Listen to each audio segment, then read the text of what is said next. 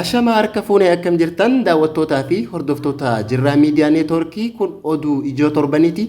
Oduu ijoo torbanii kan isinitti himu ani Lammii Abrahaamii jalqaba irratti hanga footoo oduutiin eegala.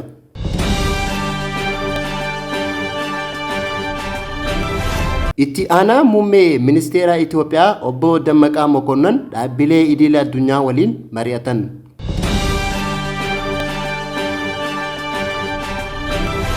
Guyyaan kabaja ayyaana irreechaa abbootii gadaatiin labsameeti jira.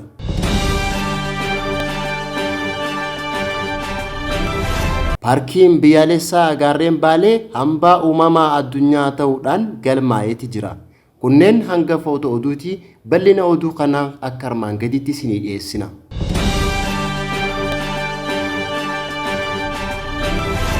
Dhaabbileen idil addunyaa fedhii biyyoota kibbaa guutuu irratti cimsitee fooyyessuu qabdii jedhan itti aanaa muummee ministeera Itoophiyaa fi ministeerri dhimma alaa obbo Dammaqaa Mokonnon. Dhaabbilee idil addunyaa fedhii biyyoota kibbaa guutuu irratti kan durirra cimsitee fooyyessuu akka qaban walgahii garee biyyoota 77 ol hirmaachise Chaayinaatti gaggeeffamee jirratti kan kaasan obbo Dammaqaa Mokonnon waliif tumsuun biyyoota kibbaas ce'umsa beekumsaa fi teekinooloojii lafa qabsiisuun kalaqa guddisuu fi misooma waaraa mirkaneessuuf carraaqqiin taasifamuu qaba jedhan ministeerri itti aanaa Dammaqaa Mokonnon.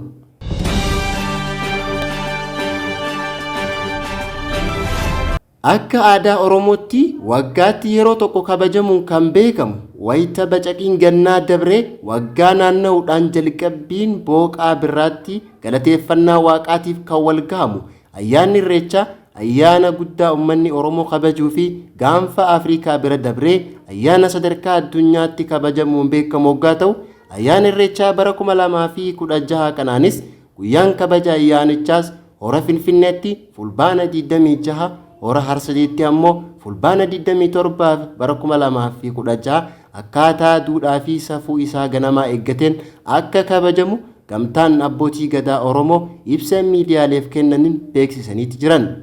Ayyaana irreechaa bara kanarrattis namni kamuu ifaa fi bilisaan kan hirmaachisu ta'uu dubbataniiti jiran. Oromoo fi sabaa fi sablammoonni biyya keessaa fi biyya alaa hundinuu ayyaanicha irratti tokkummaa fi jaalalaan akka hirmaatanis dhaamaniiti jiran. Gama birootiin ammoo ayyaanicha irratti uffannaa fi alaabaa paartii kamuu qabatanii dhufuun dhoorkaa ta'us kan dubbatan hoggaa ta'u akkasumas uffannaa aadaa Oromoo faayamuun ayyaanicha akka kabajan dhaamsa abbootii gadaarraa dabreeti jira.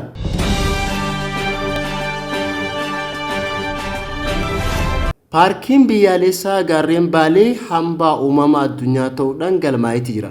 Yaa'ii hambaalee addunyaa 45ffaa iddoolee hawwata turizimii Itoophiyaa 2 paarkii gaarreen Baalee fi haalli teessuma lafaa Geeda'oo hambaa qabeenya uumamaa addunyaa ta'uun galmaa'uu ministeerri aadaa fi turizimii beeksiseeti jira. Hambaa qabeenya uumamaa biyya keenyaa keessaa paarkiin biyyaalessaa gaarreen Baalee iddoo hawwata turizimii fi argama bineensota adda addaa akkasumas iddoo haala qilleensaa mijataa qabduu fi olka'insa teessuma lafaatiin sadarkaa biyyaatti lammaffaa kan taate paarkiin gaarreen Baalee hambaa uumamaa addunyaa ta'uudhaan yuuniskootti galmoofteetti jirti. Paarkiin gaarreen Baalee yeroo jalqabaatiif akka lakkoofsa Itoophiyaanotaatti bara 2009 keessa dhaabbata hambaa addunyaatti galmaa'us osoo hin milkaa'in hafuu danda'eeti jira. Haa ta'uutii malee carraaqqii cimaa waggoota hedduu booda taasifameen yaa'iin hambaa yuuniskoo 45ffaa Suudi Arabiyaa magaalaa Riyaaditti gaggeeffame irratti hambaa qabeenya uumamaa addunyaa ta'uudhaan dhaabbata yuuniskootti galmoofteetti jirti. Paarkiin kun Itoophiyaaf paarkii lammaffaa galmee hambaa addunyaa irratti galmaa'e yoo ta'u akka addunyaatti ammoo paarkii 11ffaa ta'uunis ibsameeti jira.